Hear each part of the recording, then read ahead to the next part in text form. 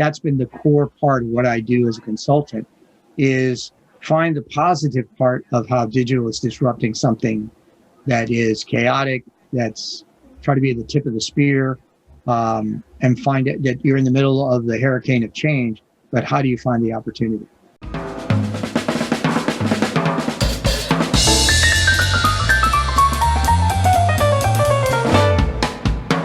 This is another episode of the Automate and Grow podcast. My guest today was nominated to be on the podcast by a mutual friend, which is, I always say his name. I'm going to let you say it, but Dan introduced us. Is it Burkow? Yeah, Burkow. Yeah. Burkow. I say everybody's name wrong. So my new friend, Ty Braswell, thank you for joining me today. Michael, I'm excited about this. Yeah, we had an excellent conversation. I always waste so much off camera, but I'm glad we're jumping on. So yeah. Now, your company is called Creative Digital Strategies. So for people out there, I like to call myself a little boutique consultant that brings in freelancers, and I've defined myself in the crazy, chaotic world of digital as a creative digital strategist, therefore Creative Digital Strategies, because I think that from my experiences in learning, I like it. I identify that every organization that I've worked in for, consulted with, it seems like there's three cultures at play: the creatives, the digital technology experts, the geeks, and the strategists, the MBA, own the P&L money people. And when those three collaborating and working together and sharing some of the same, these do very well. And I feel like I can speak the language. I don't code, but I have a tremendous amount of respect for developers and engineers and how they kind of think in a binary way. Yet, having worked in the music industry, being exposed to a variety of different artists, I get the creatives, and maybe purple or green or off-color white, that whatever that color is, that there's a reason for that, and they don't need to justify it. They can go on their gut. But at the end of the day, if you haven't, woken up in a cold sweat at 4 a.m. in the morning because you own a P&L, you really don't know what it is, and it's easy to be critical of the chief revenue officer or, chief financial officer. But having been in situations where I've had responsibility on profit and loss of a company, I have a respect for that. But the best part is when they all work together. So I think that was one of the things that resonated with me, why I'm so excited that we got a chance to connect. Because I think for me personally, I wrote Automate and Grow, and we obviously are on the Automate and Grow podcast. And the big advocacy I say is, build digital products, automate marketing, sales, and support, but you got to build the digital product. And right. I think you've been at the cutting edge of some really maybe early forays into digital. But before that, just before I even get to that, is you mentioned, I think you're in the music industry and you have a career that stretches back into Virgin Records and Sony, right? Yeah. Well, my first legit paycheck, I answered the phone at the guy who managed and still manages Jackson Browne. Oh, wow. And I came through that because I went to college at University of Richmond in Virginia, and then was terrified about the fact that I had to get a job. And I was like, what else are my options? They go, you can go to grad school. And I was like, grad school, that's great. And so I went to UNC at Chapel Hill, and I thought I was going to cruise through it. Nope. And that really, defined me. And then I got involved in politics and more. Oh my God, why? Well, it was not. I'm kidding, of course. No. Good question. We're 100%, 300% in sync with that. But what I did was that I got involved in social change politics, okay. and being involved in the environmental movement, and Greenpeace and Ralph Nader and Dennis Hayes, who created Earth Day, who also created Earth Day. And that took me to California and kept doing that nonprofit thing.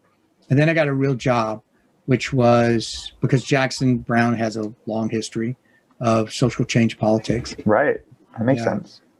Yeah. So, that got me involved in the music industry.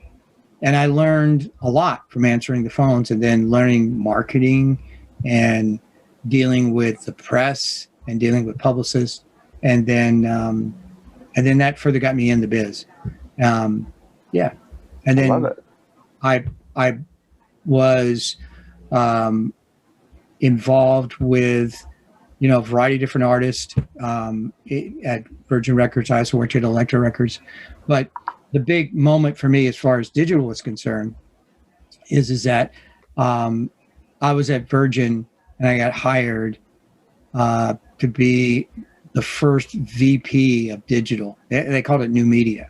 Right. And I was part of this group that it was very similar with the music industry when videos came out, that they finally, had a department for videos, and that grew into something very important for the music industry.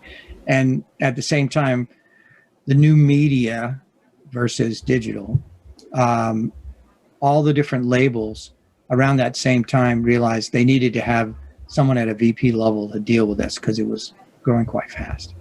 And part of that was kind of like early iterations of streaming, right? Oh yeah, very much so. And so that puts us at, I took that job December 1999, and the December was great because I worked 2 weeks, had vacation, came back, started to get my footing, and then Kurt Noble, who was one of our web designers, great guy, called me up and said, "Hey," I love telling the story. He said, "Hey, stop what you're doing." I'm like, "Come on." He goes, "Get everybody on your team and go to your office." And I'm like, "Really? This seems a little dramatic, Kurt." He goes, "You just got to trust me." So I get all the team in and go, "Kurt wants us to look at something." And he goes, "Type in Napster.com." Isn't that crazy? And that was the beginning of the craziest experience you can ever imagine. Courtside seats for the first industry that was decimated by digital. Yeah. And more importantly, the industry did everything wrong. Right. Let's raise the price of CDs to $29.99. Let's hey, what? let's sue these people that are file sharing. Right? Yeah. No, the artist cannot stream their own music on their website. No, I sadly remember all this. Maybe 30 seconds, and you're going to have to pay the publisher for the song that you wrote. Right. They were in such an old model of where they didn't realize how to deal with the disintermediation, right? It was just crazy. Well, there was no frame of in all fairness. No frame of reference. Good point. And they all were grossly overpaid. And they had to deal with the realization that they weren't going to, it was very funny because people started leaving the music industry and thought that they could get a job, at, Pepsi, Coca-Cola. Right. They had marketing and, and that, or better still at an ad agency. And that was not the reality, because it was just different. And some people probably would still not want to say it, but the music industry is built on a very efficient system of payola to the radio station. Oh, I was going to say it's a very efficient system. Right. So it's not really marketing per se. It's, gangsterism. Yeah. So the digital, there was no frame of reference to deal with the digital disruption. Yeah, totally. And for me, that was what was crazy. And couldn't have happened to a bunch of nicer guys. Yeah. Yeah. Well, it's interesting to see where it is right now. But I mean, we had to anguish over digitizing, clips. Oh my God. I totally remember all this. This is such flashback moments. Media. And remember the 3-second samples and. Oh yeah. And real networks, It's like, well, those 3 seconds won't cost you anything, Ty, but yeah, the next 5 or 10. And then Apple sort of QuickTime, sort of as the, oh yeah, we should do that because Apple's very cool, but and Microsoft was spending a lot of money to subsidize people doing Windows Media. DDR, all the digital rights management stuff. But things happened, that was amazing, like, you'd be in these marketing meetings with all the department heads would go, and digital always was last. And literally I had vivid memories of people, the different department heads packing up their stuff and going, hey, I got some news, Pharrell and the NARD website is like up 400%. Wow. And they'd be like, okay, great. By the way, hey, the radio guy, hey, how many spins did we get on Janet Jackson in Albuquerque, New Mexico? It was such a different model. That's crazy. Yeah, it was. It was very, very, it was an interesting place to be. And I learned a lot. And I've that's been the core part of what I do as a consultant, is find the positive part of how digital is disrupting something that is chaotic, that's try to be at the tip of the spear, and find it that you're in the middle of the hurricane of change, but how do you find the opportunity? That's the fun part. Well, I think then you had some other lighthouse type of, projects that you worked on, which are really interesting. We talked a little bit about mobile with soccer, and then the app, I guess, or the app digital projects, the early iterations for National Hockey League, which is always near and dear to my heart, given my role in hockey, but it's a family business. What was funny is that, I didn't know anything about hockey, but I knew about digital, and I knew that I wanted to get out of the music business, and because it was shrinking, and I figured I'm just going to double down on mobile, and I'm going to consult anybody that wants my consulting, introductions, whatever I can do to introduce them to different the biz dev people at different labels. And I'm two guys that had started Waterfall Mobile. That was a text messaging platform. And they had worked at E-Trade, and they wanted to make it incredibly simplistic instead of some mystery black box. And I learned a lot from them. And that was like my first really legit job in mobile. And then I got my break with my buddy who was in charge of revamping digital to come in and, do a little project at the NHL.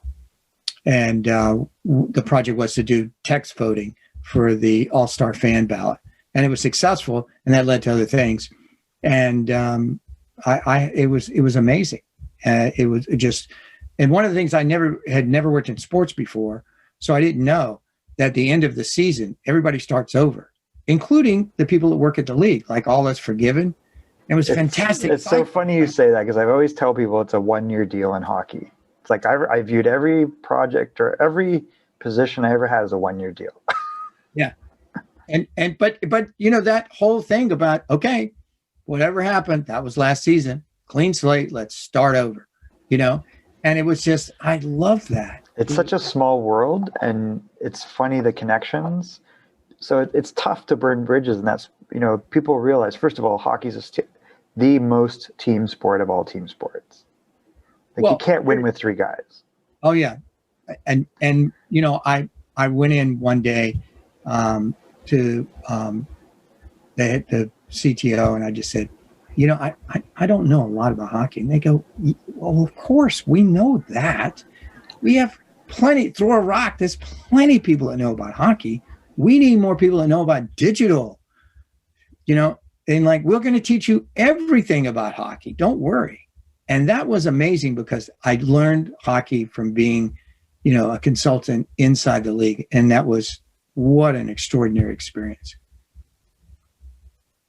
Love that. That they certainly have done a good job also over time. I think they've always tried to be early on, whether it's streaming or mobile technologies, and it's something that'd be interesting to see what happens with other sports. Like, it would be nice to see that trickle down to the minors, because I think right now they really need it. Like, even at our level in the Canadian Hockey League, having a digital revenue stream would be great. Well, wait a minute. How many times on your podcast have you talked about your love of hockey? Hardly any, right? Probably not many. Yeah, I have a hockey podcast. So let me be the person that unlocks it. Tell your audience what you do, because we had this great conversation before we hit the sport. So tell them what you do currently with hockey. Well, I mean, in my side hustle, I would say in hockey is, I'm currently a scout with a major junior hockey team in the WHL. And I've been, I was a director of coaching before that with that organization. We were building kind of a tier 1, tier 2 hockey program. And did Jordy know that you're Canadian? You grew up in Canada? Probably. I don't know. I think so. I'm pretty sure. Yeah. They can tell. Now they do. Yeah. As soon as they say house or about or out, apparently it's give it away. The person that inspired me to be in hockey was when I was very small was my cousin, who's now the senior VP of the Detroit Red Wings, former general manager of the Red Wings. He coined the term Hockey Town. He was part of that era. What an incredible legacy. Absolutely. Really. He's really, I talked to him recently. He had brain surgery last year, which was a little crazy. So I made sure I reached out to him, see how he's doing. He's like, yeah, I'm fine. That's a good old hockey. I'm good. Right, so name the original 6. Let's see if you really do know. Oh my God. I mean, well, you got what? Toronto, Montreal, New York Rangers. Who is in the original 6? We already talked about Montreal. Who are the original 6? That's crazy. I don't even know the other ones. Boston Red Bruins, Wings, right? And then the Red Wings, yeah. And then we got one more. What am I missing? I think you named it, right? Did I? Toronto, Montreal, Boston, New York Rangers, Detroit, Boston, Chicago. Right. Can't count. Yeah, that's okay. And for those folks, we won't go long and hard about the original 6. Go look it up in Wikipedia, because it really speaks to such an amazing part of the foundation of the growth of hockey. Yeah, it was definitely a crazy, special era with very deep teams and great rivalries. And it's funny because we have 31 teams, going to be 32 pretty soon with Seattle added. So you kind of get spoiled with all the different logos and the different markets and there's so much talent now. There's never been so much talent in hockey as there is now. The players are just on another level. But it was a pretty crazy era. I remember as a kid, I was pretty young for that, but I read everything I could about all the stars there. So it's almost like I was there. There was a real rich history there that's hard to not consume. You remember when it was fights, last week, yeah. And goons and all that. So yesterday, but it's not. You remember that? You remember? It was crazy. Yeah, but now it's about finesse, and it's such a beautiful transition. It is, and it isn't. Yeah, it's. I think the horrible area was the dead puck era, right? The clutch and grab dead puck era, and I give the credit to Brendan Shanahan because during that lockout, he stepped up and he showed a lot of leadership. And I think Mario Lemieux was criticized a lot for complaining about how guys would just hang off of him in his career, And right. Shanahan, I don't know what the difference was, but Mario Lemieux was kind of a pioneer in complaining about it. Gretzky talked a little bit, but Shanahan pushed the agenda, and he changed hockey forever. It was time. It was time, and it was good. And I think as someone that's been an assistant and a general manager at the junior level before, provincial junior, I've seen where coaches and players were in that era still. Right. It's terrible what you see happen to young men. I'm wait, this is bad. Why are we letting this happen? Because you could see the brain injuries, frankly. I think that, and we see a lot of trauma with people post-hockey. Joe Murphy is the saddest story. So not to take people off, course, but I think what we know now about traumatic brain injuries makes hockey even seem crazier of the way it was. So I think it's more than time, and I'm glad it's changed. It's still a very dangerous, scary sport if you're not of the the initiated. Right. If you're uninitiated. But the conversation has been happening. Which is good. Tremendously so. So I'm going to I'll put you back in time bring me back to when I was building out the platform. So the NHL had an exclusive deal with Verizon. The mobile deal. Yeah. But there was AT&T had the exclusive on the iPhone. That's right. So there was no iPhone. That's so crazy. So your Canadian technology of BlackBerry, we had to figure out how to stream. I worked there for a while. We had to figure out how to to stream premium video and get people to pay for it. And on BlackBerry, which was not a great app platform. Well, the good news is that, you know, because of hockey and the deep roots in Canada, I think that we had an advantage. That makes sense. Because, you know, there was a ton of hockey fans in Canada. Right? Oh, well, in RIM. Right. Like there's legendary game. Jim wanted it probably. But you know, the guy had a RIM. Yeah. It wanted to buy a hockky team. Remember all that? Yeah, Jim. Well, so Jim. That's what I was saying. Jim Basile was. First of all, I know some people like Mike Huff. You know, is a person that I've known for a long time, and he played pro hockey, but he worked at RIM, and there's guys that were there just to play. Well, I shouldn't say just to play, but we had a pretty good team because there's these industrial teams that people don't realize in Canada for the you know, Bell versus Telus versus BlackBerry. Sure, of course. So what was interesting is that what we decided is that we said, stop telling Verizon that it's going to happen. Let's not put it anymore in PowerPoints or anything like this. Here's what we're going to do. We're going to get phones from Canada. And what we're going to do is we're just going to undo the geofencing and then give it to the guys at Verizon so they could actually see where we were heading. That was kind of a pivotal point. We just said, you know, let's appeal to the, you know, the hockey fan, the people that are really behind this deal at Verizon. But, you know, I would get asked more than once a week, so when is the iPhone going to Verizon? I go, I don't know. What can Apple tell us? No, they're not going to tell us when they're going to do a CDMA phone and switch from GSM, but it will eventually happen. Will it happen at the beginning of the season? I go, it's just not how it works. Yep. And it was interesting because the San Jose Sharks set up a meeting for the Apple team to come to the NHL. And, you know, after the meeting, I said, you know, that's kind of amazing. They go, yeah, well, people come see us all the time. And I go, no, it's you know, it doesn't happen a lot. And we were the only league that didn't have an iPhone app. And all those people that were reporting to Phil Schiller, you know, he kept asking. He's a hockey coach. He coached a high school team. I'm not sure exactly all the details, but it was just an interesting time for sure. And so this would have been like what, 2009? I started in the summer of 2008. Okay. Yeah, that makes sense. And I was there through the beginning of the season. I left in 2010. Because the iPhone came out 2007. Yeah. Right? And it was like... But not... It was a GSM model. Right. And therefore AT&T. Right. It was not Verizon. Because I was at Rogers. I was at Rogers then. Oh, yeah. Of course. Yeah. And we went from third to first. Yeah. Rogers was the AT&T. It was. Canada. Bell Canada was the Verizon. Absolutely, in a lot of ways. It was actually AT&T Rogers for a while. There was a co-branding, and that's when Rogers brought the GSM deal.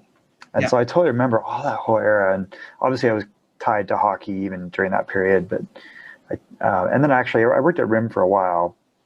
But I think I had more of a courtside seat to what was going on at RIM and with Mike and Jim. And I mean, it was a crazy time. It was really interesting.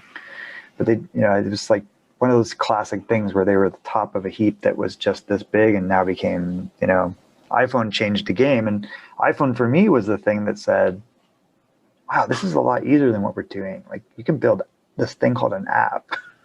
Right. Everyone's going to want one. Everyone had an idea. And that really was inspiring because I think suddenly it made software development inexpensive and accessible. And it pushed, I think, the envelope on web. I mean, it made web like, well, why can't we do this on the web? Right. We have all the bandwidth and we have all the computing power. Like, why is it so easy to make apps for mobile, these constrained devices? Right. Why can't we do this in a browser? And I think that, you know, that's the brilliance of what happened. And I mean, you had a front row seat to what was going on. So it's really exciting to see what happened, and especially sports. I think sports was a big pioneer, and particularly the NHL. People always talk about, technology, you know, and it, you know, look at, you know, pornography takes the risk and, different, digital innovations, whether it be pay-per-view, cable box, all that sort of stuff. Porn's always the first one to kind of prove, that if it's going to work. I'll give pornography credit for the industry for that. But it's sports that proves or disproves that it's actually going to be a business. And when you take a look at all the different technology that has evolved, it started to turbocharge when it started to service the sports fan. And I think a lot of what has happened with video and subscriptions, the leagues and the broadcast networks and the media companies of sports content, that was everything. Yeah, I totally agree. And I think that extends now to esports, which I think is really the silent killer of all of it, which is people don't realize that there's 103 million US esports fans and about maybe it's 1 billion around the world. And there's this thing called Twitch, and Amazon owns it. Right. Yeah, I thought that when people said, why is Amazon buying Twitch? And I thought, this is brilliant. And they don't even know that Amazon owns it. I know. Well, that's what's more brilliant about it. Well, yeah, it's not like they're cramming, that they were smart enough to manage that and look at it for what it is. And now Twitch, is at the right place, right time with everything that's happening. And let's segue into that. What I think is really exciting that's happening now. Absolutely. Is the middleman structure that always happens. Too many people in the middle taking a piece of something. Absolutely. The intermediaries are the problem, and they've eliminated that. The dinosaur now. Yeah. The intermediary is thin. When you look at what the success of Twitch and for the creators and the talent there, that's why OnlyFans is working. And I think that's very true. It's the same model, really. I mean, and with Visa pulling their business away from Pornhub because they have not acted responsibly, which is kind of bizarre when you're talking about pornography responsibility. How dare you? Yeah, but that's why OnlyFans but that's because of the model that was evolved, and they worked out the bugs of being able to flow directly from the fan directly to the creator. So that takes me to what my mantra is in the way I look at projects I want to do, evaluating anything in digital. That I think, the one thing I learned in early days at Virgin and being in the music business is the promise of digital is to shorten the distance between passion and purchase. And I sort of got that a little bit, but there was so much barbed wire trying to get stuff done in the music business. When I went into the sports world, that's it. That everything is about live. Yes, the replays are important. And yes, VOD is important, but it's watching, it's the ultimate expiring content, right? Exactly. The never-ending stream matters. But the league is fully aware of that, and they wanted to make it better. And they figured out, it was coming. And I think baseball, because they were the pace car, they're the ones that said, we are going to put content on these phones. Yes, there are going to be some people that won't subscribe to it and maybe not watch it on TV. Unlikely. And that sort of leadership, all the other leagues, followed that, along with the media companies too, and ESPN and CBS Sports and the like. There's one other thing I know that I want to be conscious of your time because I'm sure that you got other stuff going on. We're not doing the 2 hours. We can try if you want. We could come back to the one just on Austin. The other one I wanted to mention that was Jash, and I think for people that are watching, what is or what was Jash? Well, again, what I try to chart the course and do stuff that's interesting is based upon, this concept of shortening distance when people are passionate about something, whether it be food, content, sports, and how do you service them by shortening the distance? If you're building a website, how do you make it more efficient? Different languages, hosted the right way, UI, UX, all of that sort of stuff. So I'm always looking to be where it's chaotic and things are happening. Because as crazy and complicated it was in the music industry, there was a lot of things that was really exciting. You know, I had never built 70 websites, oversaw the building of 70 websites. It was thrilling, you know, and working with all the different artists. Some of them really embraced it. Some of them didn't really know what to do, and they kind of gave it away. Mick Jagger had a solo record, and he was very involved. He wanted us to find all the different flash designers to do something truly artistic. It was extraordinary. So that's what I'm always looking for. And so, and in mobile, that's what I was looking for. I wanted to be early on building apps and learning something about, you know, the sports industry, which I learned so much about how to deal with a customer, which was sort of the exact opposite of where the music industry was. And so when a friend of mine had told me that they had received funding, and it was at the time when YouTube had made a decision that they knew they were going to be bigger globally than the BBC, not, you know, and they knew they needed to define themselves more than just quote unquote cat videos.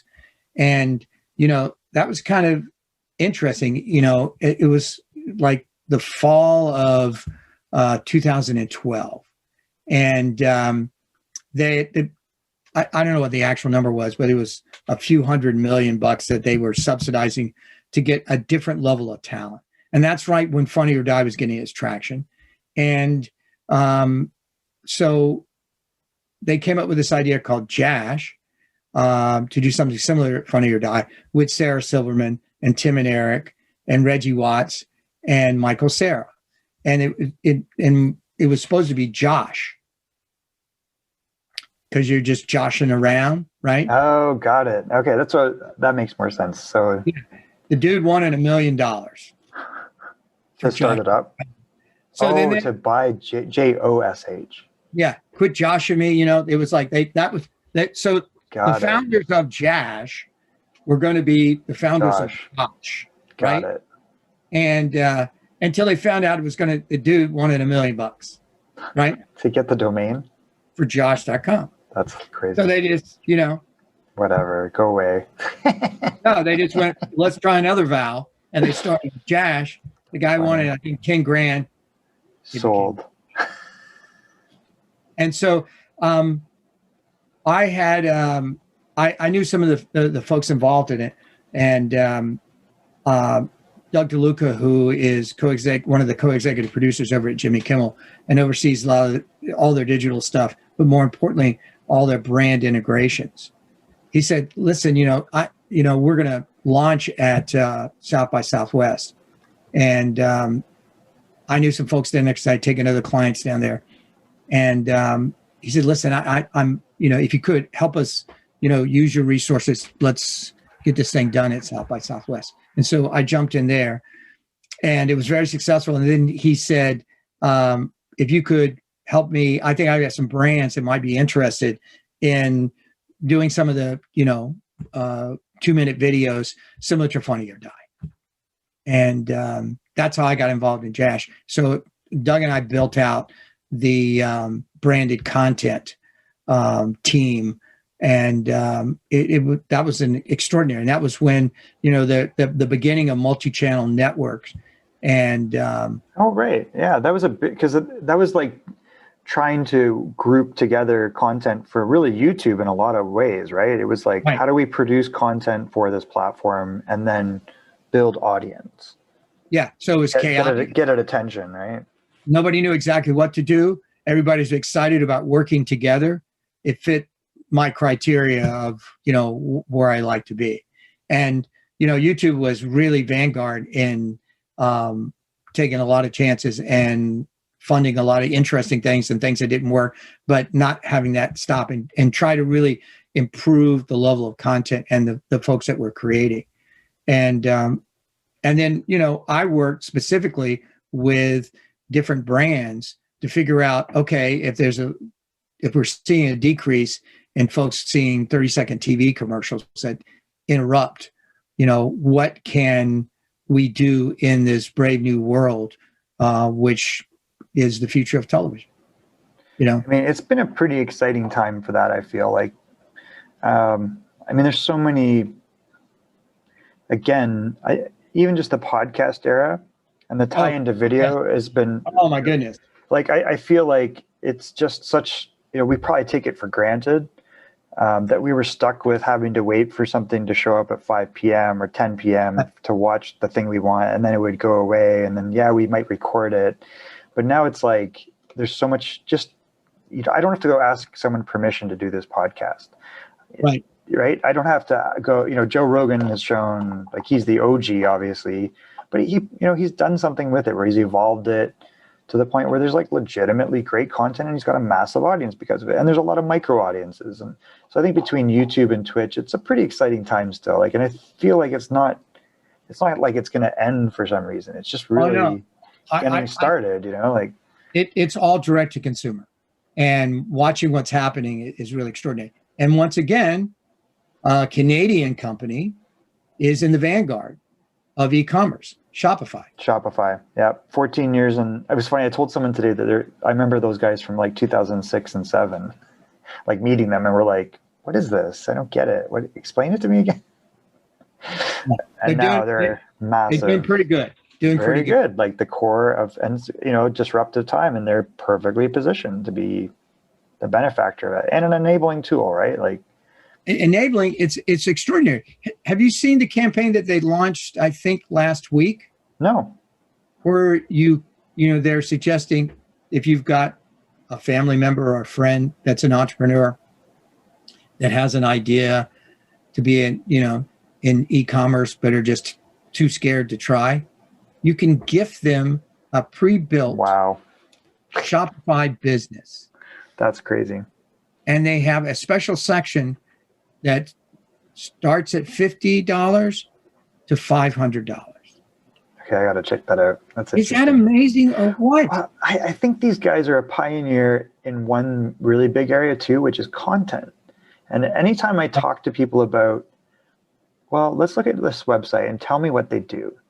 Right. You show them Shopify, you go, like, what is this website about? And it's about starting a business. It's not about some fabled dream that maybe you'll start a business. It's, here's practical content, like better than probably any website I've seen out there.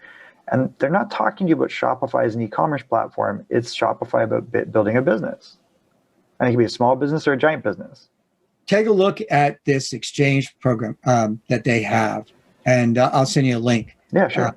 It is really brilliant. Because how many people do you know that want a little side hustle, or that have been furloughed from COVID and are worried about, and they just want to be more self-sufficient? Totally.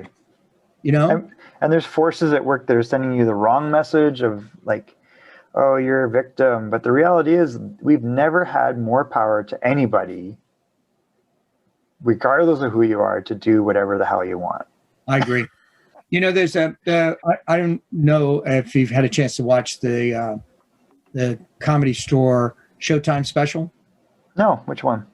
It's on Showtime, and it's a complete. I think it's 4 or 5 episodes about the history of the Comedy Store on Sunset Boulevard. Oh no, I have not seen that yet. I want to see that.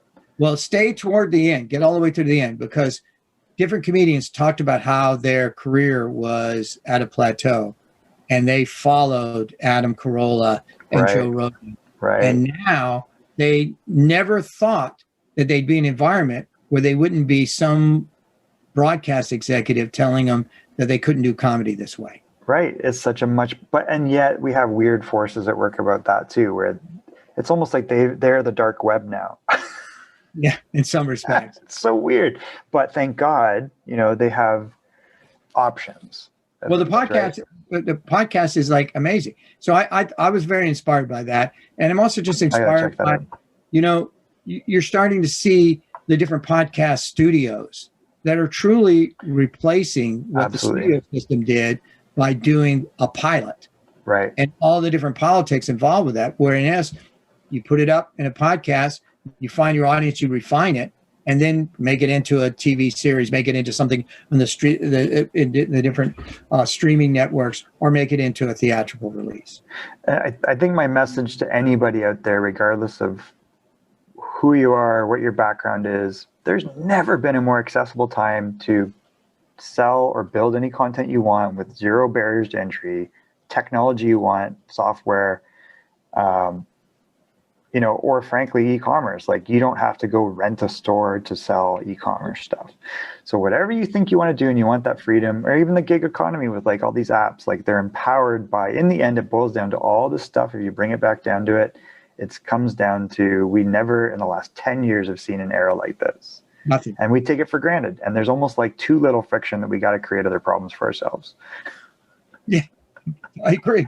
So and I don't know if you know, but the one thing I will invite you to is Founders Pack. So we did our second online pitch event today. Oh, really? Oh, yeah. Awesome. So we had 4 great pitches today. We're aiming for 4 events in January. So if you're interested in that sort of thing, I'm looking at having a rotating group of judges. Maybe you want to try out being a judge in one of them. Oh, I'd love that. Absolutely. Yeah, super. That'd be great. And it's doing winner takes all. Oh, nice. So the teams, what they do is any of the founders, there is a $100 entry fee, and then the winner gets the pot. That's fantastic. That's so awesome. And the motto we came up with, the first one was, well, if you can't bet $100 on yourself, how is someone going to invest $1 million in you? Great strategy. Love that. I did want to tell you one thing that I found that as I was in the Jash world, that came to me is a good friend of mine, Rick Parkhill, and his team had done these events under a company called iMedia, and then mobile economics and the like. And the concept is to put together a group of buyers, brands, agencies, etc., that are, and connect them with like-minded sellers in the digital advertising world. And when they found me when I was at Virgin Records, and I felt like, this is great because that's real marketing.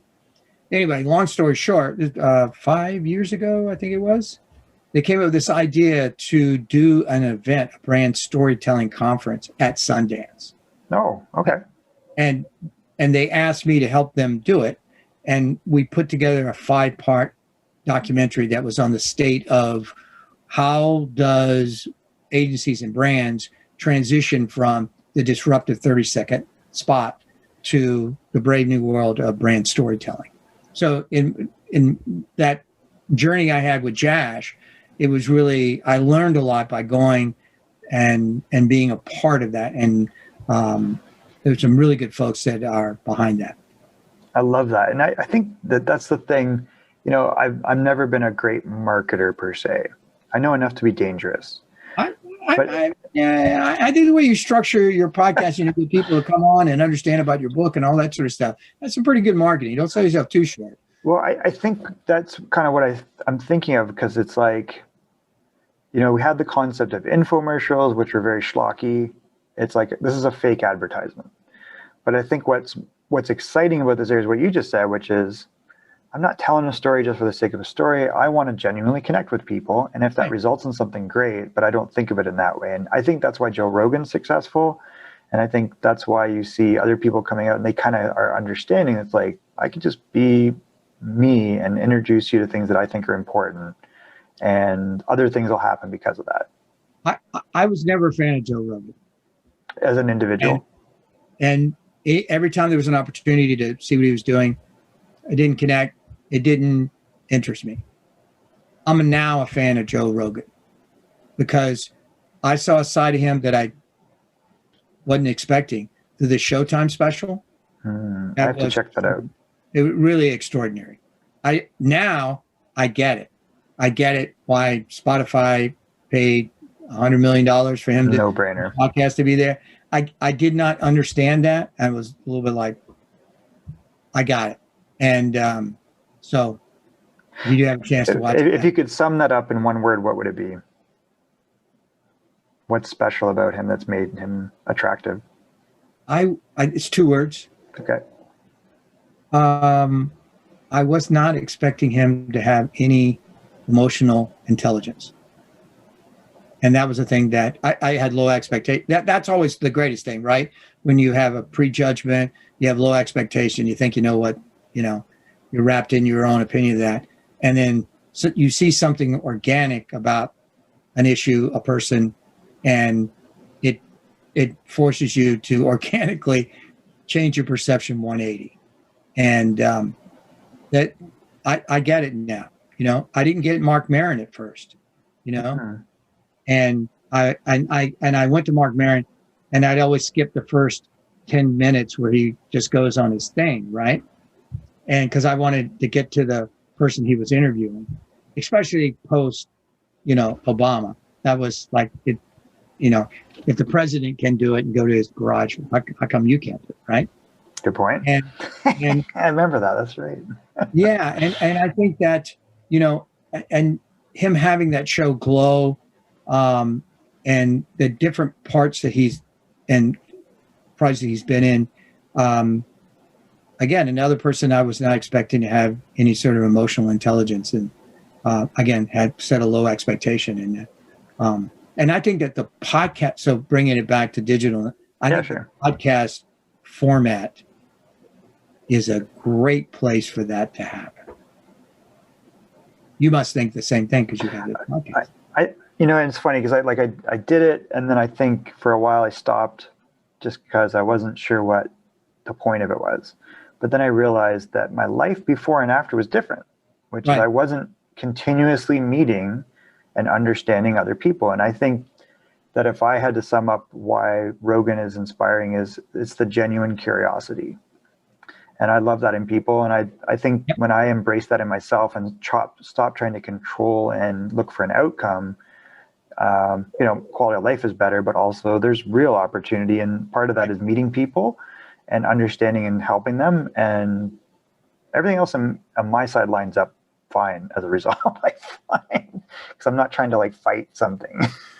So let me ask you a question. Let me turn the tables on you. And let me ask you a question. Because you get to talk to a lot of people, and that's one of the benefits of the podcast. Which I love, yeah. 2021, you know, next year, as far as technology, what are you excited about?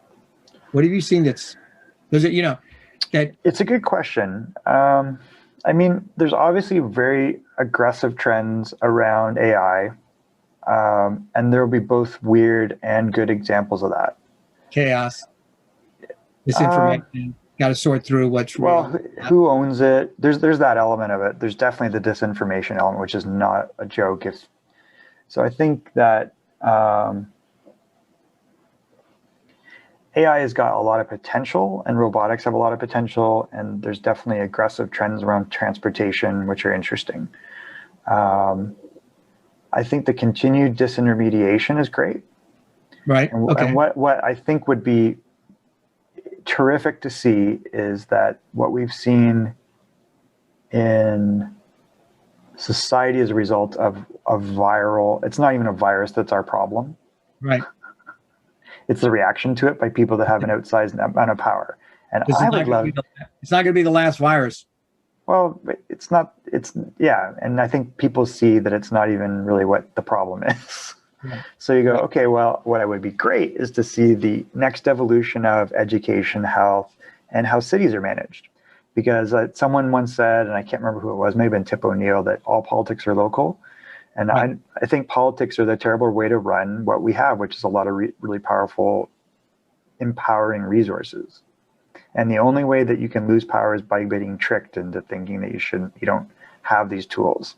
And the reality is you have these tools and you need to protect access to them. And that includes it boils down to your ideas are power. We're not in a labor economy. So I think the thing that excites me and where I think things are going is educate people about that. And if you can educate people that ideas are the economy, not labor, and you have all these tools to do whatever the hell you want, and don't let anyone take them away from you. That's what's going to be the power of the next 10 years. And there will be people that believe that and don't. And it's not about anything else other than that. And the tools are going to get better. They're only going to get better. Like it's crazy. But what we want to make sure is that people don't get tricked into thinking that whatever your meat bag is, right? Your meat bag does not matter. Nobody really actually cares about that. And if you buy into those stories that there's some boogeyman holding you back, then you're the boogeyman holding you back. So I don't care who you are. Do the thing. Because the thing to ask people, I think, Ty, is this. If someone complains about that, you say, what was your big idea that you tried? Right. And was it only one? And who told you you couldn't do it? And who decided you couldn't do it? Because I think if people answer that, then they they either are honest, they have that emotional intelligence, like you mentioned, enough to said, I really didn't put that much effort in. And they can keep complaining and they're not going to go anywhere. But today, I think that the power for people, and what I'm excited about, is that if we get the message out that ideas are currency, that's the real currency, and to do something with them, that's the only limitation. I concur. Yeah, and I think that's what excites me more than anything, because I think that all these tools are, to your point, just going to get better. Yeah. There's new platforms every day, and some of them will die, and it's not as critical when they die now. Yeah, and also too, I think that in the next 5 years, connectivity is not part of the conversation. It's not even an issue. It's almost already not an issue. Right. I think unless there's an EPM. Yeah, I mean, I think the sad story about it is, as we've seen, too many kids that are dealing with going to school and struggling, and you just. Like, we don't have ever worry about access to Wi-Fi, but there's millions of kids that are having to struggle with it. Why do you have to go to school? Well, that's a bigger question too. This boils down to monolith or mass customization. Right, and I think that's why I hope education, healthcare, and the way we run cities changes. Yeah, I agree with you. I'm on that page. Sorry to cut you off, but no. And I think that we're getting better at connectivity. And what's on the horizon from a technology perspective, not just 5G and Elon Musk's Skylink, is it called, right? But that's headed in the right. Neuralink is the brain-computer interface. Is that what are you talking about, the internet? I'm talking about the the LEO sats? Sats, yeah. And that's is that Facebook, or is that? I think he also is part of that. You're right. I think you're right. Yeah. He's got so many companies. The Neuralink thing's crazy. I don't know enough about that. I have to do a little bit more work. Crazy. Where your brain computer interfaces. Yeah. That cyborg stuff. Well, because his logic makes sense, which is you're already a cyborg, and Great to know. The computers are so fast that you have a bandwidth problem here and here, but not here. So this thing's so fast. I'm not signed on to that yet. No, it's scary, but his logic is sense. No, I understand the logic. I don't know if I'm ready for it, if we are, but it makes a lot of sense. I'm definitely not ready for it. I think you'll need a proxy. It's like, Dad, this is my computer brain interface guy. Okay. Yeah, maybe. I'm the organic. This is the cyborg. I'll be the one who change the subject and ignore it. I'm not. I'll just be like, no, we got cyborgs on the team. Well, will they play hockey? That's a question. I hope not. Yeah. Well said. Because to me, that's like that needs to remain organic, but I don't have faith that it will. Well, yes, or any sport. I'm hoping it doesn't stay organic. Exactly.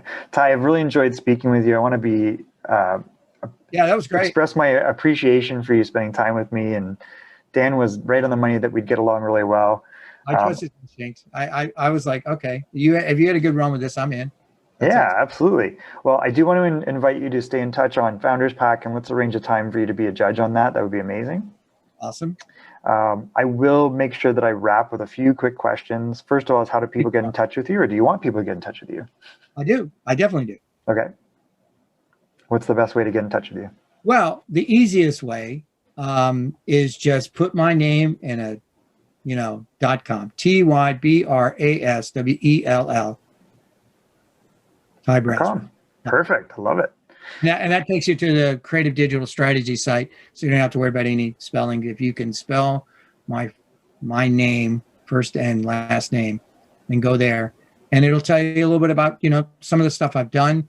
And the first thing you'll see is where I talk about shortening the distance between passion and purchase.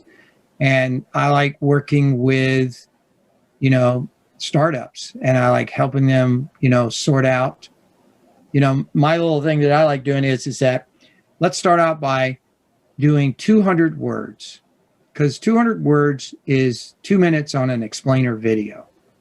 What is it that you want? And let's get the 200 words down. And let's see if we can use that as a script for explainer video. Even if you don't use the explainer video, don't create the explainer video. Let's start there.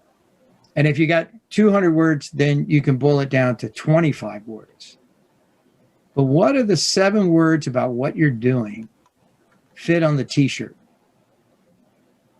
I love it. That makes total sense. That's consistent with why people freaked out at us about doing a 1-minute pitch in the winner takes all. And I'm like, oh, it's good. It's like, answer these 3 things. Problem exists in the world, your unique solution to it, and what you need. And then you can just introduce yourself. Because then you can expand from that. Right. Answer the questions after. I'm so passionate about working with startups, new companies, and getting them to that 200 words, because there's a lot going on. You can write the 1,500 words or the 20-page, pitch. But let's go 200 words, and how that could be your voiceover of an explainer video. Because cartoons are really good. And I love the gig economy freelancer community that does all these different types of explainer videos, even the bad ones still. But the most important thing is that you're on the showroom floor somewhere in the category that you're doing. What's on your t-shirt? I love it. Are on your t-shirt that bring the person in, and then the 25 words bring them a little bit further. And then if they don't sit through the 2 minutes, then they're not matched for you, and they're not going to be the customer or the person that you want to connect with. Those are that shaping the brand narrative gets more complicated from that. But just starting from that basic, it's just the beginning exercise. Many times I'll do that before I engage in a consulting assignment, just to see if we can get along, if we've got the right synergies and we're agreeing upon that. And that process works great. I love it. That's a great idea. If you're trying to figure out, and just seems like there's too many lions and tigers and bears, try to do a 2-minute, 200-word cartoon about what you're trying to convey. Because the people that you really need to get to are super busy. Very true. That makes total sense. And some will do a favor, but you really want it to organically connect. And the more succinct you are, the better you have a shot at success, even if it's just, getting things started. So so if you're going to come to my site and you think maybe I might be able to help out with where you're at and what you want to do, know that I want to see what you can do. 200 words to 25 words to 7 words on your t-shirt. Beautiful. If you could recommend only one book in the world, Ty, that people read, what would that book be? Maybe the easiest question you could possibly ask me. Good. There you go. In fact, I'm going to reread this book over the holidays, just as a refresher. Do you know the $1 Trillion Coach book? Yes, I have that. Of the story of Bill Campbell? Bill Campbell. Yeah, that he would have never allowed to happen while he was still alive. What an extraordinary life that guy. Crazy when you think about it, and where he came from. Yeah, he was a coach that was not, and he would tell people that he was a coach at Columbia, I think it was, and he was not very good at it, Right. But the people that he crossed paths with and mentored, like, it's crazy. Yeah, he truly meant, he was the title is fantastic, $1 Trillion Coach. So that's a terrific book. That I it's a playbook for me. It's one of those things where, wow, the people that got to work with him and got to know him, man, that must have been amazing. The book that I'm getting ready to the other read is Green Light, Matthew McConaughey. He's been on every podcast promoting it. I probably need to read it. No stopping him now, too. Yeah, he's like fully all in. That's kind of an interesting thing to see, like just even the stuff he's jumping on. And his book is on tape, the audio version. Of course, he did it. So I love it. There you go. Right. That's another great book I haven't checked out that book yet. If you were the sum, as Jim Rohn suggests, of the 5 people you spend the most time with, and it doesn't have to be 5, but who do you, Ty, spend the most time with? Well, COVID has created a lot of really good, organic, casual time in my family, which has just been extraordinary. My wife, Susan, and my 2 sons, Trey, who's finishing up computer game design at UC Santa Cruz. Oh, great. My other son, who's 9th grader, unfortunately starting high school, but not at high school, and more on the Zoom thing, but it'll resolve itself. And my dear friend, Eamon, who is a director and in the middle of his career being a director, decided he was also a painter, and he's amazing. And his amazing wife, Veronica, who not only produces and directs, but creates theatrical plays and is a producer of documentaries, and just, really such important folks. And our good friend, Julie, the college pal for my wife. Those are the folks that that keep me honest. My kids really do a great job. They keep me honest, and they learned that from their mother. So that's my inner crew. I love it. How are you, Ty, changing the world?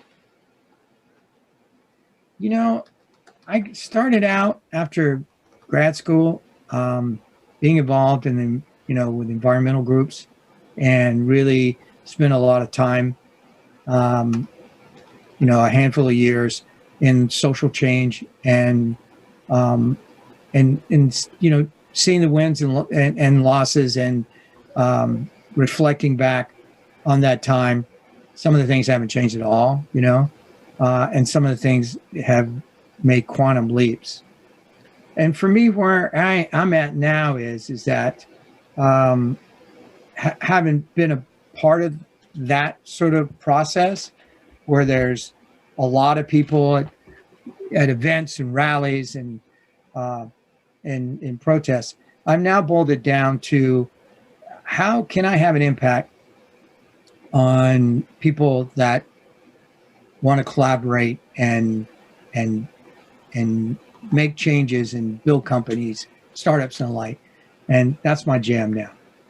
I love it. I don't have political thoughts and support, and have, great memories of being involved coming out of grad school. But that's kind of the where I feel like my contribution is. Well, I am of the opinion that entrepreneurs are who change the world. Oh, so yeah. I want to applaud and support you on that mission. And that's kind of my focus, and why I've created Founders Pack, that's the 10-year vehicle to work with 1 million startups in some fashion or another and help them in their startup and grow journey. So, and that's why I've been writing the second book, which is Form Your Own Pack. So I totally concur with that. And I think that what's that? Form Your Own Pack? Form Your Own Pack. Yeah. Yeah. Which the inspiration for that is the Japanese keiretsu. Right. Okay. Which a lot of people don't know, but it's like the conglomerate model that's in Japan. And I'm saying, let's reimagine this in the form of digital ventures that are cooperative, and we share technology, talent, data, relationships across them. It's really interesting. People go, well, startups, what is it? And I go, it's like the good days working in the music business. Man, when that band was the first record deal, and how excited they were about what was in front of them. And everybody was on the same page, and everybody collaborated. After they won a bunch of Grammys and became gazillionaires and all that stuff, that some of the trappings of, celebrities and all that would evolve. And it was important, and it definitely kept the lights on at record labels because of the revenue. But nothing beat that freshman year. It was the best. And just everything was full of hope, and that was extraordinary. And that was my favorite, and always have been, And even to this day, discovering bands I never heard of before, sharing them with friends, all that sort of stuff, you know, that I feel like is in the experience of working with startups. I totally agree with you. There's definitely that camaraderie. It's like, that's why I say ideas are your limit. Right. It's no longer technology, and you don't need permission. And don't let anybody trick you into thinking otherwise. Right. And both of them had to figure out what was going to be the final logo. Yeah, because then it comes down to like, okay, can you take your idea and push it forward? And that's like the era you're talking about in music, which was like, who made these sounds? Yeah. Right. Who made us like these crazy sounds? You know, I was brought in, my last music story for this podcast. I you know, from time to time, different people in the different parts of a record label, you'd be asked to come in to meet with the senior folks, the A&R folks, and saying, should we sign this band? You know, the radio guy would be brought in, goes, can you get this on radio? And, you know, should we put the money behind it? We're in a bidding war, you know, et cetera, et cetera, et cetera. So I never got called in those meetings because that was not what I was doing. I was doing digital, except for one meeting.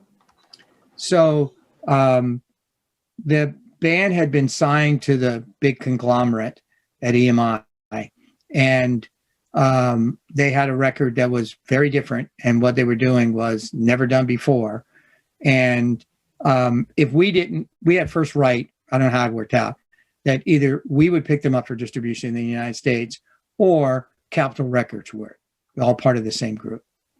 And Damien Albarn from Blur created Gorillaz, and I got called into the. That's crazy. Of yeah, and said they don't want to. They want to be cartoon characters on a website, and and they want to hide behind that, and because that what they artistically want to do. Does this work on the internet? You know, and you know it was at a time where I can't remember exactly when that record came out. Maybe 2001, the first record, I think. Anyway, you know, it was brilliant, artistic flash animation that needed way more broadband, but it was fantastic. And I saw them perform at the Palladium behind their cartoon characters. It was great. It was really, really great. And it was scary and nobody knew what to do, but everybody was all in. Everyone, you know, we believed in it and just took the plunge. And when you're in a situation like that with a startup, it's the best, you know? The first time you wear that T-shirt with the logo at some crazy TechCrunch or CES or.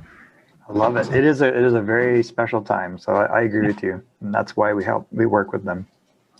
I'm going to wrap with one final thing which is when we have interesting guests on the podcast, we like you to nominate other interesting guests. We typically talk to experts, entrepreneurs, or we'll talk to other influencers or authors. So who would you, Ty, like to nominate as a future guest of the Automate and Grow podcast? Well, this is somebody I met a few months ago. And this is a story that is, how do you pivot when COVID happens? And Paul Jun, Jun, and his team have created a website called Filmocracy. So like democracy, but Filmocracy. And they seized, and I like to think of it. It's kind of a kind of gamification as you watch indie films through Filmocracy, that you rate them on all of them on these 5 questions, I believe, and that it's a little bit like Rotten Tomatoes 2.0. But what they did was they quickly built their platform so they could do virtual film festivals. And they went out and they hit a nerve, and they did a pricing model, and they automated and grew. And when they told me that they had signed the deal with the American Film Market, AFM, which has been around for decades in Santa Monica, and San Diego Film Festival, New York City Drone Film Festival. They're going to do the Paris, I'm reading from the list, the Paris International Film Festival, the Silicon Valley Film Festival. So I nominate Paul because what an incredible story of, looking at what the opportunity is and being incredibly creative, pricing yourself quickly. And their whole strategy is to become an integral part of the indie film community. What better way to do that than to empower film festivals that are scratching their head at figuring out how are we going to do this? Right. How can we financially? And they crushed it. That's terrific. I want to do everything I can to get more people to know about Filmocracy and about Paul and his story about what he did with his team that I find to be fantastic. Terrific. Well, that's a wonderful nomination. Ty, I want to thank you for all the time you spent with me today. It's probably more than we both planned, but I'm glad that it all worked out. And Paul Jun of Filmocracy, you've been nominated to be a featured guest of the Automate and Grow podcast. Ty, I want to acknowledge you for the work you're doing and look forward to spending more time with you. Indeed. Look forward to it. Thanks so much. This was a lot of fun. Absolutely. This has been another episode of the Automate and Grow podcast. We will see you in a future episode, hopefully with Paul, of Automate and Grow.